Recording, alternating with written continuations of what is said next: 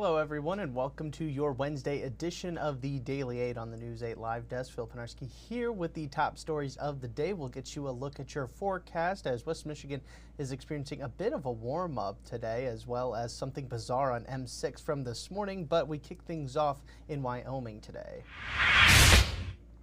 Police are searching for a suspect who ran from the scene of a shooting that injured a man Tuesday afternoon. It happened just after 4 p.m. on Clyde Park Avenue near 28th Street there in Wyoming. That is according to the police department. The victim was taken to a nearby hospital for that gunshot wound. His injuries are not believed to be life-threatening. News 8 spoke to a witness who lives nearby who says that more than a dozen police vehicles were in the area shortly after the shooting was first reported. Police are asking the community to send any information they might have that could lead to a possible arrest, and they are also advising residents to not share any information on social media that has not been verified by police to avoid spreading any rumors.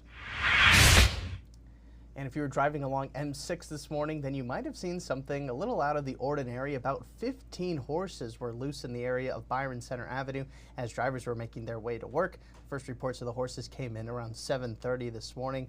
Kent County Sheriff's Office tells News 8 that the horses came from a boarding facility and were able to escape and get on the roadways. It's not clear at this time, though, how they were able to make a break for it. The escape was short-lived, though, as authorities were able to get all of the horses contained by around 8:45. We have a lot of viewer videos and photos of the horses. If you'd like to check them out, just head on over to woodtv.com.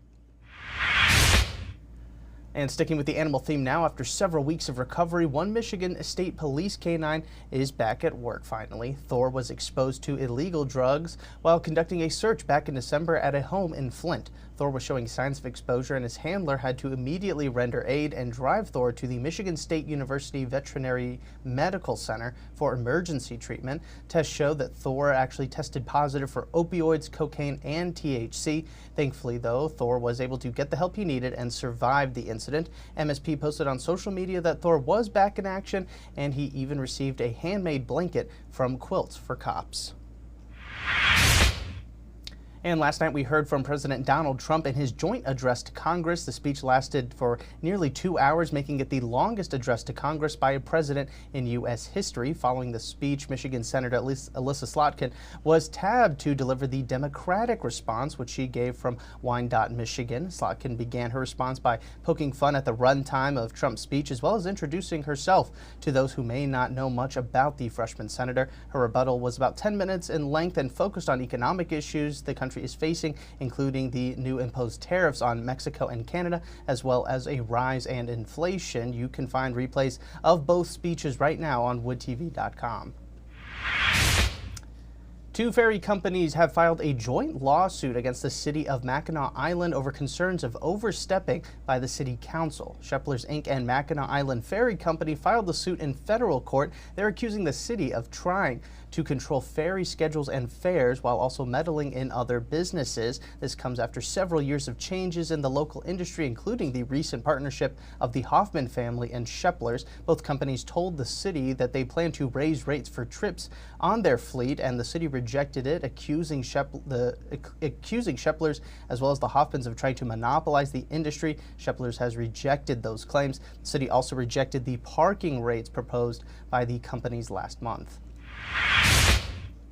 And today is a big day for those in the Catholic faith. Ash Wednesday officially begins the Lenten season. Churches all across not only West Michigan, but the world are holding services where parishioners can get blessed with palm ashes placed on their foreheads. This is also a big day for those in the faith as they continue to pray for Pope Francis as he battles an illness that has kept him in the hospital in Rome for some time now. This year's Lent also falls on a Jubilee year, also known as the Year of Hope, which emphasizes love and forgiveness.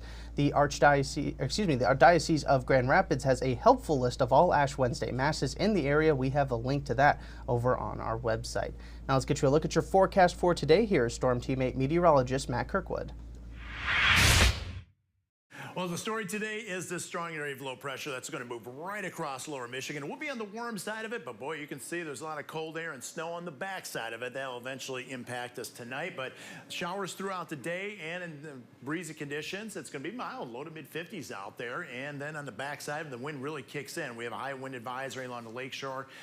Looks like 7 p.m. this evening and 10 p.m. for our southern counties for wind gusts up around 50 miles an hour. What we're tracking out there, we're going to squeeze in one more mild day before the cold air wraps in. Rain to snow tonight with some wind gusts again up around 40 to 50 miles an hour. And we'll begin Thursday with some strong winds and a couple flurries, but cooler temperatures will really take us right on through this upcoming weekend as it appears. No big system after this one. It looks like just a few flurries possible Friday and also on the Saturday. That'd be mainly south on Friday. Look at the big time warm up for next week, possibly our first 60s of the year. All right, thanks, Matt. And we end today's show with some heartwarming news for one Portage man. TJ Day was riding his bicycle to work on Lover's Lane in Portage last month when he was hit by an unknown driver in a car. The driver fled the scene before authorities arrived. Day is still recovering and spent some time in the hospital after the incident, but after we first brought you that story, the community rallied behind Day.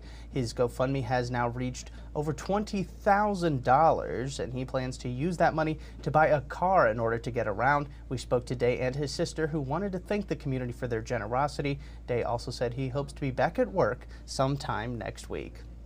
All right, that's going to do it for us today on the Daily 8. We will have 8 more stories lined up for you tomorrow on everybody's Thursday edition of the Daily 8. We hope to see you then. I do want to thank everybody so much for tuning into this latest edition of the News 8 Live Desk. I'm Phil Pinarski, and we hope you have a great rest of your day.